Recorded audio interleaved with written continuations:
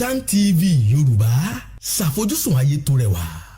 Fún mi ní Bíbélì ìràwọ̀ ayọ̀ láti máa yọ̀ wá fẹ́ni tí jíǹgbé, kò sí ìjì tí ó lè bòdì dán rẹ̀. Jésù ti gbà àwọn tó ti sọnù. Fún mi Bíbélì ìròyìn mímọ́ dídán, mọ́lẹ̀ rẹ̀ yóò tọ́ mi lọ́nà tòrò. Ẹ̀kọ́ ìlérí òfin ìfẹ́ papọ̀, kóru tó kọjá sọ́jà ìnípẹ̀kun. A kí i káàbọ̀ sí ètò yín, ètò wa Jeki Bibeli Soro. Ètò tí ìjọ Kristi l'Ondo àtijọ́ Kristi níbi gbogbo tí wọ́n ń ṣe olùgbọ̀wọ́ rẹ̀. Orúkọ tèmi ò yípadà, Fasonu Victor, Ajihinrere Kristi. Kí a tó tẹ̀síwájú nínú ètò ìdálẹ́kọ̀ọ́ ta ní fún wa lónìí, jẹ́ ká tẹríba nígbà tá à ń gbàdúrà sí Ọlọ́run ẹlẹ́dàá wa. Bàbá wa àti Ọlọ́run wa, Olódùmarè ọba ayérayé, bàbá wa nípasẹ̀ Jésù Kristi Olúwa, aláàánú àtolóore ọ̀fẹ́ jùlọ. Ẹ̀yin lẹ pọ̀ nínú àánú àtagbára. Ẹ̀yin lẹ wà káyé ó tó máa wà, ẹ̀yin lẹ ó máa wà nígbà táyé kò ní sí mọ́. Ògo ni forúkọ yín títí láéláé. Ọlọ́run wa ẹ jọ̀ọ́ ẹ bá wa sọ̀rọ̀ lónìí, kí ìfẹ́ yín ó di mímọ̀ lọ́kàn wa, bẹ́ẹ̀ ni kẹ́ gbàkóso gbogbo. Ní orúkọ Jésù Kristi, Olúwa àti olùgbàlà wa. Àmín. A kí i káàbọ̀ sí ètò yìí, ètò wa Jeki Bibeli Soro. A dúpẹ́ lọ́wọ́ Ọlọ́run fún oore ọ̀fẹ́ Ọlọ́run lórí ayé wa àti wà láàyè rẹ̀ aláìlópin. A tún ti dé gẹ́gẹ́ bí a ṣe ń dé láti mú kókó ẹ̀kọ́ wá síwájú kí a jọ máa gbéyẹ̀wò pẹ̀lú ohun tí Bíbélì gbé kalẹ̀ gẹ́gẹ́ bí àṣẹ. A dúpẹ́ lọ́wọ́ Ọlọ́run fọwọ́ ìtọ́jú rẹ̀, fọwọ́ àánú rẹ̀ àti ọwọ́ oore rẹ̀ lórí ayé wa. Oore Ọlọ́run, ìtọ́jú Ọlọ́run àti wà láàyè Ọlọ́run kò ní dópin lórí ayé wa lórúkọ Jésù. Àmín. Kókó ẹ̀kọ́ tí a mú wá fún wa lónìí, kí a jọ gbé wọn yẹ̀wò pẹ̀lú ohun tí Bíbélì gbé kalẹ̀ gẹ́gẹ́ bí àṣẹ, òun ni ìpèyè ìjọ òtítọ́. Ìpèyè ìjọ òtítọ́. Tá a bá wo Bíbélì wa, a rí i pé Jésù Kristi Olúwa ó sọ̀rọ̀ nípa ìjọ, ó sì gbé àgbékalẹ̀ ẹ̀kọ́ kalẹ̀ nípa ìjọ. Tá a bá dẹ̀ wọnú ayé lónìí, onírúurú àgbékalẹ̀ ìjọ òun ní ń bẹ. Ṣùgbọ́n nínú ètò ìdálẹ́kọ̀ọ́ tòní, a fẹ́ wádìí nínú ọ̀rọ̀ mímọ́ Olúwa àgbékalẹ̀ ìjọ tó gbé kalẹ̀ àti àwọn ìpèyè rẹ̀. Tí a bá wá mọ ìpèyè ìjọ òtítọ́ tí Olúwa gbé kalẹ̀, kò yẹ kó nira fún wa láti padà sínú ìmọ̀ àti oore ọ̀fẹ́ Ọlọ́run nínú Bíbélì tí ń ṣe ọ̀rọ̀ Ọlọ́run. Ẹ má ṣe jẹ́ ká gbàgbé kókó ẹ̀kọ́ tá a fẹ́ gbéyẹ̀wò, òun ni ìpèyè ìjọ òtítọ́. Ǹjẹ́ Kristi bá wa sọ̀rọ̀ nípa ìjọ bí? Tó bá wa sọ̀rọ̀, kí ni nǹkan tó sọ? Iṣẹ́ wo tàbí kí nǹkan wo làwọn àpọ́sítélì ṣe? Àwọn àwòrán wo la rí nípa ìjọ náà? Àti pé gbogbo ètò ìgbékalẹ̀ ìjọ náà, ǹjẹ́ a rí ìfẹsẹ̀ rẹ̀ múlẹ̀ nínú ọ̀rọ̀ mímọ́ Olúwa? Ǹjẹ́ Jésù Kristi Olúwa wa gbé ìjọ rẹ̀ kalẹ̀ bí? Àwọn ìbéèrè tó yẹ ká béèrè ní kí ni tá a sì fẹ́ béèrè àwọn ìbéèrè yìí? Tó pé tá a bá wọnú ayé lónìí, ó ní irú àgbékalẹ̀ ìjọ, ó ní irú ìjọ, ó ní irú ẹ̀kọ́ ló ń bẹ nínú ayé lónìí. Ǹjẹ́ wọ́n dúró gẹ́gẹ́ bí ìbámu gẹ́gẹ́ bó tí Bíbélì gbé kalẹ̀ gẹ́gẹ́ bí ọ̀rọ̀ mímọ́ Olúwa? Ohun tá a fẹ́ gbéyẹ̀wò lónìí, a sì fẹ́ wo àwọn ìpèyè ìjọ òtítọ́ èyí tá a rí nínú ọ̀rọ̀ Ọlọ́run. Tá a bá sì ti rí àwọn ìpèyè yìí tán, a ó sì ṣe tán láti tẹ̀lé òtítọ́ náà tọ́lọ́run gbé ka iwájú wa nínú Bíbélì. Ẹ má ṣe jẹ́ ká gbàgbé, Jésù Kristi Olúwa wa bá wa sọ̀rọ̀ ní ìwé Jòhánù orí 8 ẹsẹ̀ 22, John 8:32. Ó ní ẹ̀yin yóò mọ òtítọ́, òtítọ́ yóò sọ yín di òmìnira. A fẹ́ mọ òtítọ́, a sì fẹ́ ṣáápọn láti jẹ́ akẹ́kọ̀ọ́ tí kò ní láti tìjú, tí ń pín òtítọ́ ọ̀rọ̀ Ọlọ́run bó ti tọ́ àti bó ti yẹ. Tímótì 2 orí 2 ẹsẹ̀ 15. A fẹ́ wádìí nínú ọ̀rọ̀ Ọlọ́run ìjọ òtítọ́, ìpèyè ìjọ òtítọ́ torí tá a bá mọ ìjọ òtítọ́ tá a sì mọ ìpéye rẹ̀, mo rò pé ó yẹ ká ṣe ohun tí ìjọ òtítọ́ gbé kalẹ̀ gẹ́gẹ́ bí àṣẹ nínú bíbélì. Kí ni Jésù Olúwa wa kọ́ wa nípa ìjọ? Ẹ kà sí bíbélì wá sí ìwé Mátì orí 16 nígbà tá a wo ẹsẹ̀ 18. Kí ni bíbélì kọ́ wa? Èmi sì wí fún ọ pẹ̀lú pé ìwọ ni Pétérù, lórí àpáta yìí lèmi yóò kọ́ ìjọ mi lé, ẹnu ọ̀nà ipò òkú kì yóò sì lè borí rẹ̀. Ibi àkọ́kọ́ nínú bíbélì níbi tí Kristi ti sọ̀rọ̀ pé òun yóò kọ́ ìjọ òun, ibi àkọ́kọ́ nìyí, Matthew 16:18, tó ti sọ̀rọ̀ pé èmi yóò kọ́ ìjọ mi, ẹnu ọ̀nà ipò òkú kì yóò sì lè borí rẹ̀. Ìwọ ni Pétérù, lórí àpáta lèmi yóò kọ́ ìjọ mi, ẹnu ọ̀nà ipò òkú kì yóò sì lè borí rẹ̀. Kí ló fà á tí Kristi fi sọ àsọtẹ́lẹ̀ yìí? Ohun tó sì fà á tó fi sọ àsọtẹ́lẹ̀ yìí, tẹ́ bá ka ìwé Mátì orí 16 ẹsẹ̀ 13, bíbélì sọ fún wa pé Jésù Kristi wà lórí òkè kan tá à ń pè ní orí òkè Fílípì. Níbẹ̀ ló ti béèrè lọ́wọ́ àwọn ọmọ ẹ̀yìn rẹ̀ pé ta ni àwọn ènìyàn ń fi mí pè? Nínú àwọn ọmọlẹ́yìn rẹ̀ dáhùn pé àwọn kan ń pè ọ́ ní Jòhánù onítẹ̀bọmi, àwọn kan ń pè ọ́ ní Èlíjà, àwọn kan ń pè ọ́ ní ọ̀kan nínú àwọn wòlíì. Ìwòye àwọn ènìyàn nípa Kristi ni pé Kristi jẹ́ ọ̀kan nínú àwọn wòlíì. Nígbà tí Jésù Kristi kọjú sí àwọn ọmọlẹ́yìn rẹ̀, ó wá béèrè kejì lọ́wọ́ wọn: ta ni àwọn ènìyàn yìí ta ni ẹ̀yin fi mí pè? Pétérù ló dáhùn láàrin wọn, Matthew 16:16. Ó ní Símọ́nì Pétérù, ó dáhùn ó wí pé Kristi ọmọ Ọlọ́run alààyè ni ìwọ ń ṣe. Kristi ọmọ Ọlọ́run alààyè ni ìwọ ń ṣe, ó ti yàtọ̀ sí wòlíì. Nítorí ìwòye àwọn ènìyàn nípa Kristi ni pé Kristi jẹ́ wòlíì. Nígbà tí Kristi kọjú sáwọn ọmọlẹ́yìn rẹ̀ tí ń ṣe àwọn àpọ́sẹ̀lì rẹ̀, ló bi wọ́n níbèrè pé ta ni ẹ̀yin fi mí pè? Símọ́nì Pétérù ló dáhùn pé ìwọ ni Kristi náà, ọmọ Ọlọ́run alààyè. Matthew 16:16 ló kọ́ wa bẹ́ẹ̀. Jésù wá dáhùn, ó ní Jésù dáhùn wí fún un pé 17, alábùkún fún ni ìwọ Símọ́nì ọmọ Jónà, kì í ṣe ẹran tàbí ẹ̀jẹ̀ ló fi eléyìí hàn ọ́, ṣùgbọ́n bàbá mi tí ń bẹ lọ́run.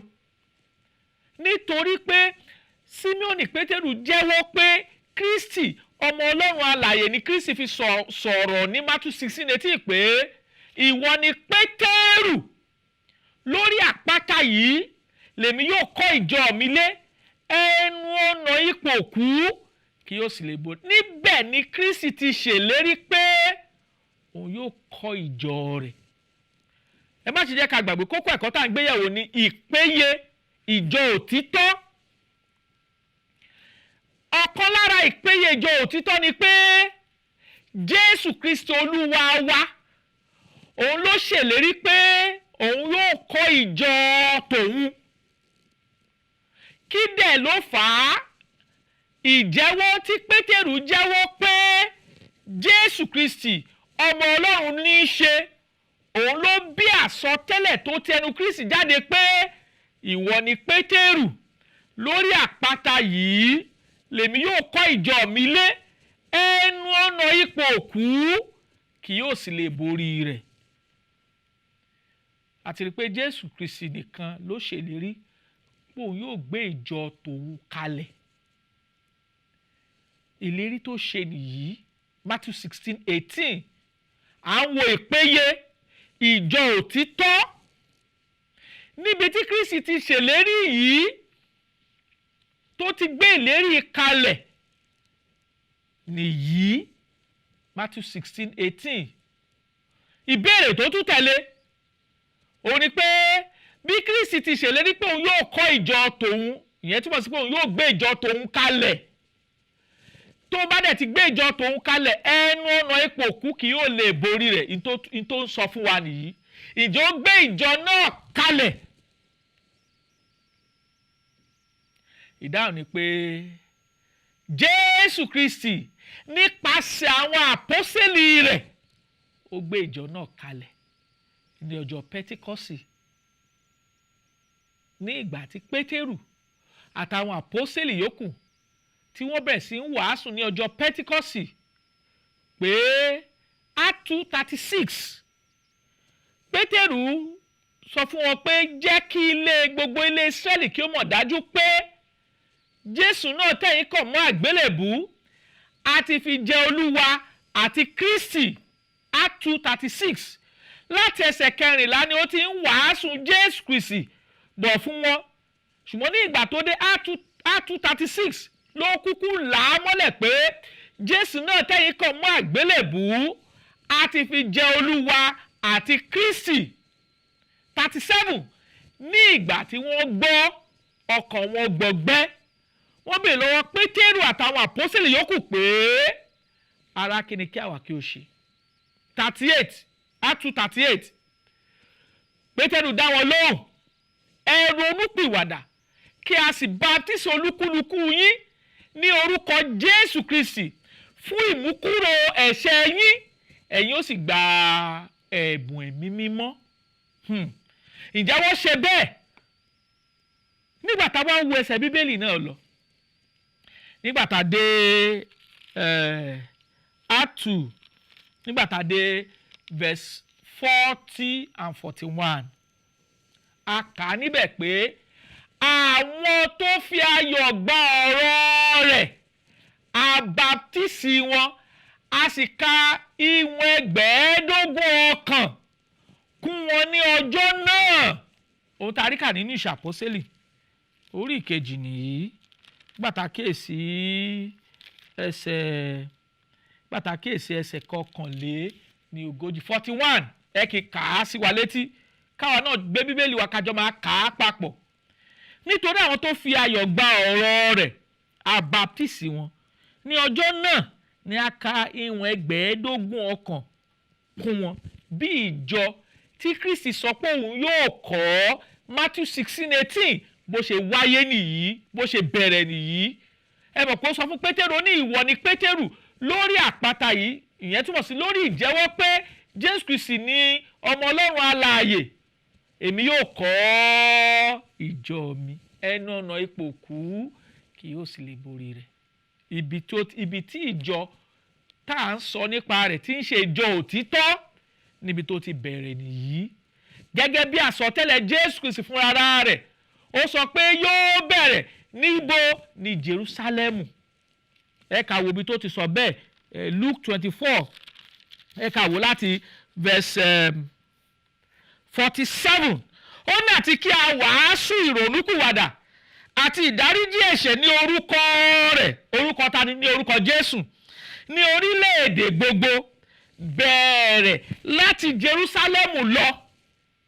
Gẹ́gẹ́ bí àsọtẹ́lẹ̀ Kristi, ìjọ òtítọ́ tí Kristi sọ ní Matthew 16:18 ó bẹ̀rẹ̀ ní Jerúsálẹ́mù gẹ́gẹ́ bí àsọtẹ́lẹ̀ Jésù Kristi Olúwa wa. Nítorí náà ọ̀rọ̀ Ọlọ́run ní torí náà ọ̀rọ̀ Ọlọ́run là ń kà sí wa létí kí gbogbo náà kájọ máa wò ó ohun tí Bíbélì gbé kalẹ̀ gẹ́gẹ́ bí ẹ̀kọ́.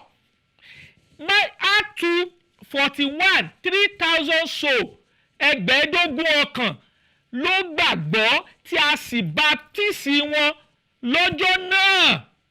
Àwọn wọ̀nyí sì ní ìjọ tí Kristi sọ pé òun yóò kọ́ bó ti bẹ̀rẹ̀ nìyí.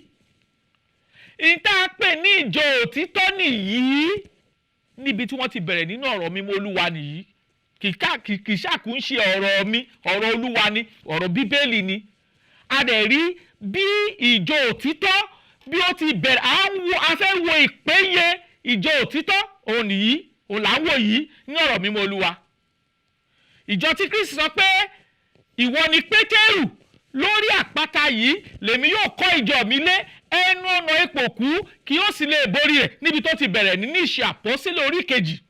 Ní ìgbà tẹ́ mọ́ bà lé àwọn àpọ́sítélì tí Pétérù àtàwọn àpọ́sítélì dúró lásọ pé ìṣẹ̀lẹ̀ tó ṣẹlẹ̀ yìí a ti sàsọtẹ́lẹ̀ rẹ̀ nínú ìwé Jóẹ́lì orí kejì ẹsẹ̀ kejìdínlọ́gbọ̀n Jóẹ́lì 2:28 to verse 32 pàtí sọ àsọtẹ́lẹ̀ pé yóò ṣẹlẹ̀ ní ìkẹyìn ọjọ́ pẹ̀lú yóò tú ẹ̀mí rẹ̀ jáde sára ènìyàn gbogbo olóṣẹlẹ̀ tẹ́ẹ̀rí ó wá bẹ̀ sí wàásù Jésù Kristi Olúwa wa fún wọn.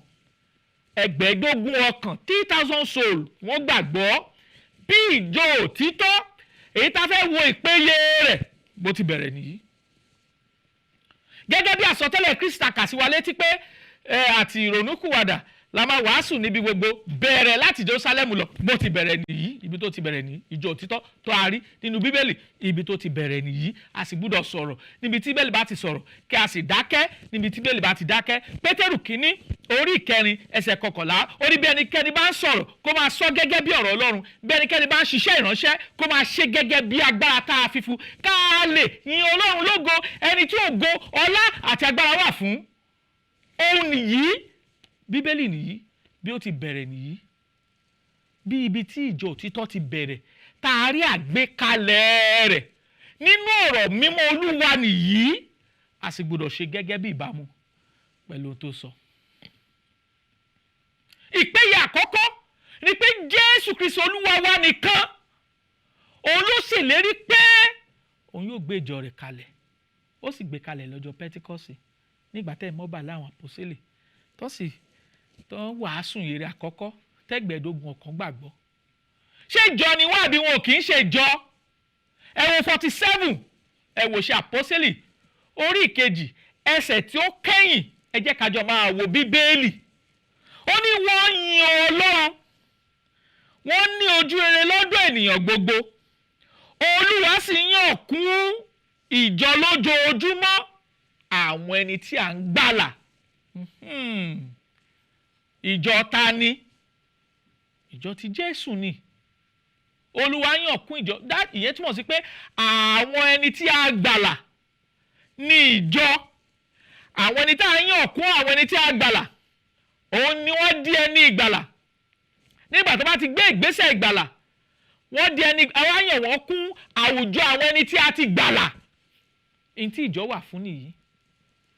ìjọ túmọ̀ sí àwọn ẹni tí a ti gbàlà kúrò lọ́wọ́ ẹ̀ṣẹ̀ kúrò lọ́wọ́ ayé kúrò lọ́wọ́ ẹ̀kọ́ èké gbogbo. ìjọ ta nìyẹn? ìjọ ti Jésù ni tá a rí náà ọ̀rọ̀ mímọ́ Olúwa ni ìjọ ti Kristi ni kì í ṣe tiyín kì í ṣe tèmi kì í ṣe tàwọn àpọ́sítélì kì í ṣe tẹnikẹ́ni. ìpéye àkọ́kọ́ ni pé Jésù Kristi ló pinnu pé òun yóò gbé ìjọ rẹ̀ kalẹ̀ ó sì gbé kalẹ̀ gẹ́gẹ́ bí ìpinnu rẹ̀ ní Jerúsálẹ́mù. tàrí nínú ọ̀rọ̀ mímọ́ Olúwa tàrí bí wọ́n ti bẹ̀rẹ̀ tàrí bí wọ́n ti ń tẹ̀síwájú nínú ẹ̀kọ́ nínú gbogbo. ìtàrí nínú ọ̀rọ̀ Ọlọ́run wá jẹ́ ìlànà pattern ó wá jẹ́ ìlànà fún wa tá ò fún ẹnikẹ́ni lóore ọ̀fẹ́ mìíràn láti gbé òmíràn kalẹ̀ yàtọ̀ sí tá a ti rí àgbékalẹ̀ rẹ̀ nínú ọ̀rọ̀ mímọ́ Olúwa. bí wọ́n ti jọ́sìn pàápàá a rí àkọsílẹ̀ rẹ̀ nínú Bíbélì à ń wo ìpéye ìjọ òtítọ́ a ti rí kà nínú Bíbélì pé ìjọ òtítọ́ kan ń bẹ èyí tí a gbé àgbékalẹ̀ rẹ̀ kalẹ̀ nínú Bíbélì láti ọwọ́ Kristi wá tó sì bẹ̀ láti ọwọ́ àwọn àpọ́sítélì rẹ̀. a rí bí àwọn èèyàn ṣe di ẹni ìgbàlà sínú ìjọba Kristi tí ń ṣe ìjọ ti Kristi. a rí bí wọ́n ti dẹni ìgbàlà. a dẹ̀ rí bí wọ́n ti fi ìjọsìn mímọ́ jọ́sìn sí Olúwa Ọlọ́run ẹlẹ́dàá wọn. Act 2 verse 42 ó ní wọ́n ń dúró ṣinṣin nínú ẹ̀kọ́ àwọn àpọ́sítélì àti ní ìdàpọ̀ ní bíbu àkàrà àti nínú àdúrà. bí wọ́n ti ń jọ́sìn sí Ọlọ́run wọn nìyí ẹ̀kọ́ àwọn àpọ́sítélì òun ni wọ́n ń kọ́ nínú ìdàpọ̀ wọ́n ń tẹ̀síwájú ní bíbu àkàrà wọn ò gbẹ́yìn àti nínú àdúrà. a ti fi àwòrán ìjọ òtítọ́ hàn wá nínú Bíbélì a ti fi hàn wá. ẹ jẹ́ a padà sínú Bíbélì ẹ̀yin ènìyàn wa nílé. Let's go back to the Bible. a ti fi ìpìlẹ̀ ohun gbogbo ìlànà ohun gbogbo a ti fi hàn wá nínú ọ̀rọ̀ mímọ́ Olúwa. A ò pe ẹnikẹ́ni láti gbé ìjọ ìyapa kan kalẹ̀. A tẹ̀ sọ̀rọ̀ nípa ìyapa gan, a sọ̀rọ̀ nípa ìyapa ìsìn, a sọ̀rọ̀ nípa ìyapa ẹ̀kọ́, a sọ̀rọ̀ nípa ìyapa ohun gbogbo. Kristi Jésù ò sì lọ́wọ́ sí pé kí àwọn ènìyàn gbé ìlànà mìíràn kalẹ̀ ju ìlànà náà tá a ti gbé kalẹ̀ lọ́wọ́ àwọn àpọ́sítélì. So ìpèyè àkọ́kọ́ ni pé ìjọ àkọ́kọ́ tá a rí àkọsílẹ̀ rẹ̀ nínú Bíbélì, ó ní bí àwọn ènìyàn ṣe di ẹni ìgbàlà sínú ìjọ náà. Wọ́n gbọ́ ọ̀rọ̀ Ọlọ́run, wọ́n gbà á gbọ́, wọ́n ronúpìwàdà, wọ́n fẹnu ara wọn jẹ́wọ́ ìgbàgbọ́ pé Jésù Kristi ọmọ Ọlọ́run ní í ṣe. A sì baptisi wọn, gẹ́gẹ́ bí àkọsílẹ̀, a baptisi wọn ní ọjọ́ náà. Kò sí ẹnikẹ́ni tó di ẹni ìgbàlà nínú Kristi gẹ́gẹ́ bí ẹ̀kọ́ Kristi tá a bá ti baptisi rẹ̀, ìrìbọmi tá ò rí bọmi gẹ́gẹ́ bí àpẹẹrẹ ikú, sísìkú àti àjíǹde Jésù. Tá a rí ní ọ̀rọ̀ Ọlọ́run nìyí. Ìpèyè, à ń wo ìpèyè ìjọ òtítọ́. Ìjọ òtítọ́ tá a rí nínú Bíbélì àti sàsọtẹ́lẹ̀ rẹ̀ wá pé Jerusalem ni yóò ti bẹ̀rẹ̀. Ìwé Àìsáyà orí 2 ẹsẹ̀ 2 sí 3, ìwé Míkà orí 4 ẹsẹ̀ 1 sí 4. Gbogbo àwọn ẹsẹ̀ Bíbélì yìí ló sọ ibi tí ìjọ òtítọ́ yóò ti bẹ̀rẹ̀ gẹ́gẹ́ bí àgbékalẹ̀ Bíbélì. Adẹ̀kásíwá létí Luke 24 verse 47. Kristi fúnra ara rẹ̀ ló sọ pé a wàásù ìrònúpìwàdà ní orúkọ rẹ̀ lórílẹ̀‐èdè gbogbo bẹ̀rẹ̀ láti Jerusalem lọ. Níbi tó ti bẹ̀rẹ̀ nìyí. Ìjọ ti Kristi ni. Àwòrán rẹ̀ láti ti fi hàn wá nínú ọ̀rọ̀ mímọ́ Olúwa. Ẹnikẹ́ni olóore ọ̀fẹ́ láti gbé òmíràn kalẹ̀ yàtọ̀ sí ti Kristi. Bó tilẹ̀ jẹ́ pé àwọn èèyàn ń gbé onírúurú kalẹ̀, ṣùgbọ́n ǹjẹ́ ó bá ìfẹ́ ẹ̀kọ́ Bíbélì, ǹjẹ́ ó bá mu? Rárá, kò bá mu. Tí ó bá dẹ̀ ti bá ẹ̀kọ́ Bíbélì mu, asán ni, èké ni. Ká padà sínú òtítọ́ tá a rí nínú Bíbélì tí ń ṣe ọ̀rọ̀ mímọ́ Olúwa. Ìjọ ti Kristi, ìjọ òtítọ́ tá a rí àgbékalẹ̀ rẹ̀ nínú Bíbélì. A sì rí bí wọ́n ti ń jọ́sìn, a sì ti fi ìlànà mímọ́ hàn wá bí àwọn àpọ́sítélì ti fi ìjọ́sìn hàn sí Ọlọ́run ẹlẹ́dàá wọn. Bẹ́ẹ̀ náà Ọlọ́run fẹ́ ká ṣe nínú ìran yìí. Ká padà sínú Bíbélì, padà sínú ọ̀rọ̀ Ọlọ́run. A rí bí wọ́n ti di ẹni ìgbàlà. A rí ẹ̀kọ́ tí wọ́n ń dó nínú rẹ̀. Ẹ̀kọ́ àwọn àpọ́sítélì tí ń ṣe ẹ̀kọ́ Kristi ni wọ́n ń dó nínú rẹ̀. Báwo ló ṣe jẹ́ ẹ̀kọ́ àwọn àpọ́sítélì? Kí ló dé tó fi jẹ́ pé ẹ̀kọ́ Kristi ni? Matthew 28 verse 20. Kristi fúnra ara rẹ̀ ló sọ fáwọn àpọ́sítélì rẹ̀. Ó ní ẹ máa kọ́ wọn láti kíyèsí ohun gbogbo, àní ohun gbogbo tí mo pa láṣẹ fún yín. Èmi yóò wà pẹ̀lú yín títí òpin ayé àìnípẹ̀kun. Àmín.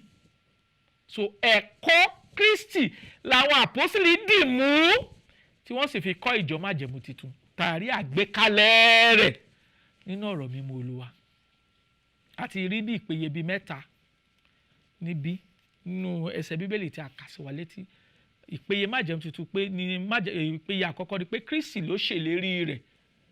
Èkejì, Kristi sọ bí tí yóò ti bẹ̀rẹ̀ pé yóò bẹ̀rẹ̀ láti Jerusalem lọ. Ìkẹta, a rí bí àwọn àpọ́sítélì ti fi ìjọ́sìn hàn sí Ọlọ́run ẹlẹ́dàá, a sì rí ohun tí wọ́n ṣe láti fi di ẹni ìgbàlà. Ìpèyè yìí la lè rí kà ní Ìṣe Àpọ́sítélì orí 2 bẹ̀rẹ̀ láti verse 14 títí dé ẹsẹ̀ tó kẹ́yìn. A rí ìjọ májẹ̀mú tuntun níbẹ̀. Ìjọ yìí ló wá spread gẹ́gẹ́ bí ọ̀rọ̀ Kristi. Ó lẹ́yìn yóò ṣe ẹlẹ́rìí mi ní Jerusalem, Ìṣe Àpọ́sítélì orí 2 ẹsẹ̀ 8, ní Judea, ní Samaria àti gbogbo ìpìlẹ̀ ayé. Bí ìjọ májẹ̀mú tuntun ṣe spread nìyí, bó ṣe tàn kálẹ̀ nìyí ní àkókò àwọn àpọ́sítélì. Ó sì yẹ fún ìwà tèmi lónìí to go back to Bible history. Ká padà sínú ẹ̀kọ́ òtítọ́. Ká padà sínú ìjọ òtítọ́. Tàrí bí wọ́n ti jọ́sìn. Tàrí ẹ̀kọ́ tí wọ́n ń kọ́.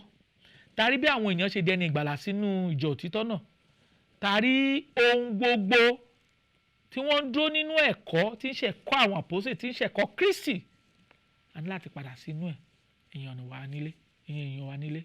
So a ti fi àwọn ìpèyè bí oríṣìí 4 tàbí 5 hàn wá nínú ọ̀rọ̀ mímọ́ Olúwa. Ẹ ká tún wo Kọ́ríńtì kìíní orí 3 ẹsẹ̀ 11 ká gbọ́n tí ọ̀rọ̀ Ọlọ́run sọ fún wa níbẹ̀. A ti fi ìpèyè yìí a ti fi lọ́lẹ̀ fún wa. Kọ́ríńtì kìíní orí 3 ẹsẹ̀ 11 ẹ wá gbọ́ ohun tó Olúwa sọ. Ó ní nítorí ìpìlẹ̀ mìíràn ni ẹnikẹ́ni kò lè fi lélẹ̀ ju èyí tí a ti fi lélẹ̀ lọ, tí ń ṣe Jésù Kristi. A ò lè fi ìpìlẹ̀ mìíràn lélẹ̀ kí Kristi ó kó gbà á lọ́wọ́ wa. Rárá o, rárá. A sọ níbí pé nítorí ìpìlẹ̀ mìíràn ni ẹnikẹ́ni kò lè fi lélẹ̀ ju èyí tí a ti fi lélẹ̀ lọ, tí ń ṣe Jésù Kristi. Jésù ni ìpìlẹ̀ ìjọ. Ó ní ìpìlẹ̀ ìjọ. A ò sì gba ẹnikẹ́ni láàyè láti fi ohun mìíràn lélẹ̀. Bó lè jẹ́ pé ohun mìíràn làwọn èèyàn ń ṣe nínú ayé lónìí. Ẹ jẹ́ a padà sínú Bíbélì tí ń ṣe ọ̀rọ̀ Ọlọ́run. Ká padà sí ẹ̀kọ́ Kristi. Ká padà sí ohun gbogbo tá a ti rí àgbékalẹ̀ rẹ̀ nínú ọ̀rọ̀ mímọ́ Olúwa. Bàbá nílé lọ o. Bí ilé ológo bá ń wù wá lọ. Kí nìdí? Ìdí ni pé tá ò bá dúró nínú ẹ̀kọ́ Kristi. Ọlọ́run sọ nínú ọ̀rọ̀ rẹ̀ pé a ò gba Ọlọ́run. Ẹ̀gbọ́n tó wí 2 John verse 9. Ẹ̀gbọ́n tọ̀rọ̀ Ọlọ́run sọ nípa dídúró nínú ẹ̀kọ́ 2 John verse 9. Ẹ̀kọ́ Kristi. Ẹ̀gbọ́n tó Olúwa sọ. Ó ní olúkúlùkù ẹni tí ó bá rú òfin tí kò sì dúró nínú ẹ̀kọ́ Kristi kò gba Ọlọ́run. Bí ẹ̀dẹ̀ ṣẹ̀ṣẹ̀ rí ẹsẹ̀ Bíbélì ní ẹ jẹ́ ká jọ wò. Jòhánù kejì Epistle of John 2 John verse 9. Olúkúlùkù ẹni tó bá ń rú òfin tí kò sì dúró nínú ẹ̀kọ́ Kristi kò gba Ọlọ́run. Ẹni tó bá dúró nínú ẹ̀kọ́ òun ni ó gba bàbá àti ọmọ. Ẹ̀kọ́ Kristi là ń fi hàn wáyìí. Ẹnikẹ́ni tí ò bá dúró nínú ẹ̀kọ́ Kristi kò gba Ọlọ́run. Kò mọ Ọlọ́run gan. Torí pé ẹ̀kọ́ Kristi ni ìlànà tó ti fi lọ́lẹ̀ fún wa, pattern tó ti fi lọ́lẹ̀ fún wa nípa ìjọ, tó ti fi lọ́lẹ̀ fún wa nípa ìgbàlà, tó fi lọ́lẹ̀ fún wa nípa ìjọsìn, tó fi lọ́lẹ̀ fún wa nípa ohun gbogbo tó nìkan ṣe pẹ̀lú ìgbé ayé àlàáfíà àti ìgbé ayé mímọ́. Gẹ́gẹ́ bí ẹ̀kọ́ tó Olúwa ti kọ́ wa. Ẹ̀kọ́ ni ẹ̀kọ́ Kristi ni. Kristi kọ́ wa lẹ́kọ̀ọ́ nípa ìjọ òtítọ́. A sì gbọ́dọ̀ wádìí ìjọ òtítọ́ ni. Ká rí àgbékalẹ̀ rẹ̀ nínú ọ̀rọ̀ mímọ́ Olúwa. A gbọ́dọ̀ wádìí ẹ̀yin èèyàn wa. Ẹ jẹ́ ká jọ wádìí ẹ̀. Ìjọ òtítọ́ tá a fi hàn wá. Kristi tún kọ́ wa lẹ́kọ̀ọ́ pé tóró ni ọ̀nà náà, tóró narrow, tóró ni ọ̀nà náà tó lọ sí ìyè àìnípẹ̀kun. Gbòòrò ni ọ̀nà náà tó lọ sí ibi ìyè àìnípẹ̀kun. Tóró yẹn Bíbélì ní àwọn díẹ̀ ló ń wá tí wọ́n sì ń rìn nínú rẹ̀. Jẹ́ díẹ̀ yìí jẹ́ ọ̀kan nínú àwọn díẹ̀ tó ń wá òtítọ́ ọ̀rọ̀ Ọlọ́run, tó ń wá òtítọ́ nípa ẹ̀kọ́ Kristi, nípa ìjọ, nípa ètò ìgbàlà, nípa ètò ìjọsìn, nípa ìgbé ayé àlàáfíà àti ẹ̀kọ́ Kristi. Jẹ́ díẹ̀ nínú wọn. Ọlọ́run pè ọ́ ìgbàlà, Ọlọ́run pè gbogbo ìran ènìyàn sí nípa ẹ̀kọ́ òtítọ́ tá a ti fi lé wa lọ́wọ́. Ọ̀pọ̀lọpọ̀ ò náání ẹ̀kọ́ òtítọ́ mọ́. Wọn ò náání ẹ̀kọ́ Kristi mọ́. Wọn ò nífẹ̀ẹ́ ẹ̀kọ́ òtítọ́ mọ́. Wọn ò sì fẹ́ dó nínú ẹ̀kọ́ Kristi. Ọlọ́run pè wá sínú ẹ̀kọ́ Kristi. Pè wá sínú ẹ̀kọ́ òtítọ́. Ìjọ ti dẹni ìgbàlà lónìí gẹ́gẹ́ bí ẹ̀kọ́ Kristi. Ohun tá a gbúdọ̀ ṣe láti fẹ́ dẹni ìgbàlà, ká gbọ́ ọ̀rọ̀ òtítọ́ ọ̀rọ̀ Ọlọ́run, ká gba òtítọ́ ọ̀rọ̀ Ọlọ́run gbọ́, ká ronú pìwàdà, ká fẹnu ara wa jẹ́wọ́ ìgbàgbọ́ pé Jésù sọmọ Ọlọ́run ní ṣe, ká sì jọ̀wọ́ ara wa fún ìrìbọmi, kí a sì jẹ́ ẹ̀yà nínú ìjọ òtítọ́ kan ṣoṣo tá a rí nínú Bíbélì tí ń ṣe ìjọ Kristi. Torí pé àwòrán tá a fi hàn wá nìyí. Àwòrán tá a fi hàn wá nínú ọ̀rọ̀ mímọ́ Olúwa nìyí. A gbọ́dọ̀ ṣe gbogbo ní ìbámu pẹ̀lú àgbékalẹ̀ ọ̀rọ̀ mímọ́ Olúwa. Àdúrà tẹ̀bẹ̀ wá sí Ọlọ́run ní pé Olúwa yóò ràn wá lọ́wọ́. Gẹ́gẹ́ bí a ti ń ṣe ìfilọ̀ fún wa, a ó gbé guest speaker wá tá ó jọ dáhùn àwọn ìbéèrè èyí tí ẹ bá ní fún wa ẹ fi àwọn ìbéèrè ń ṣọwọ́ sí wa a ó ṣe question and answer session a sì bẹ̀yìn pẹ̀lú oore ọ̀fẹ́ Ọlọ́run ẹ lè text àwọn ìbéèrè náà sí wa nítorí pé Ọlọ́run nínú ọlá ńlá rẹ̀ ó ti kọ́ wa mọ̀ ṣe ó ti fún wa ní ìfẹ́ rẹ̀ tí ń sọ̀rọ̀ mímọ́ Olúwa a gbọ́dọ̀ ṣe ní ìbámu pẹ̀lú ohun tó gbé kalẹ̀ nínú Bíbélì ó ti kọ́ wa ní ìfẹ́ rẹ̀ ó ti fi ìlànà rẹ̀ hàn wá ó ti kọ́ wa lóhun gbogbo tá a gbọ́dọ̀ mọ̀ ohun gbogbo tá a gbọ́dọ̀ ṣe nípa ìyè àti ìwà bí ó ti kọ́ wa tí wọ́n ní pé ká padà sínú ẹ̀kọ́ Bíbélì tí í ṣe ẹ̀kọ́ òtítọ́. So question and answer session máa wà àwọn fẹ́ gba àwọn ìbéèrè yín kí a sì fi Bíbélì dá yín lò. Àwọn nọ́mbà tí ẹ ó pè wá sí nìyí 08057444902 tàbí 08065717023. Wàá tuntun nọ́mbà náà pè fún wa 08057444902 tàbí 08065717023. Ẹ má ṣe jẹ́ ká gbàgbé lágbára Ọlọ́run ní ọjọ́ Olúwa tó kẹ́yìn nínú oṣù yìí a ó ṣe question and answer session a ó get àwọn ìbéèrè yín ẹ pè wá tàbí kẹ́ fi ṣọwọ́ sí wa a ó ka ìbéèrè sí ọ̀pọ̀lọpọ̀ àwọn èèyàn létí a sì fi Bíbélì dá lóhùn kí Olúwa Ọlọ́run alààyè Ọlọ́run olùbùkún kí ó ràn wá lọ́wọ́ kó sì fi ẹ̀kọ́ ọ̀rọ̀ rẹ̀ yé wa kó kọ́ wa mọ̀ ọ́ ṣe lórúkọ Jésù Kristi Olúwa àti olùgbàlà wa àmín. Fún mi ní Bíbélì ìràwọ̀ ayọ̀ láti máa yọ wá fẹ́ni tí jíǹgbé kò sí ìjì tí ó lè bòdì dán rẹ̀ Jésù ti gbà àwọn tó ti sọnù. Fún mi Bíbélì ìròyìn mímọ́ dídán mọ́lẹ̀ rẹ̀ yóò tọ́ mi lọ́nà tóóró. Ẹ̀kọ́ ìlérí òfin ìfẹ́ papọ̀ kóòrù tó kọjá sọ́jà ìnípẹ̀kun.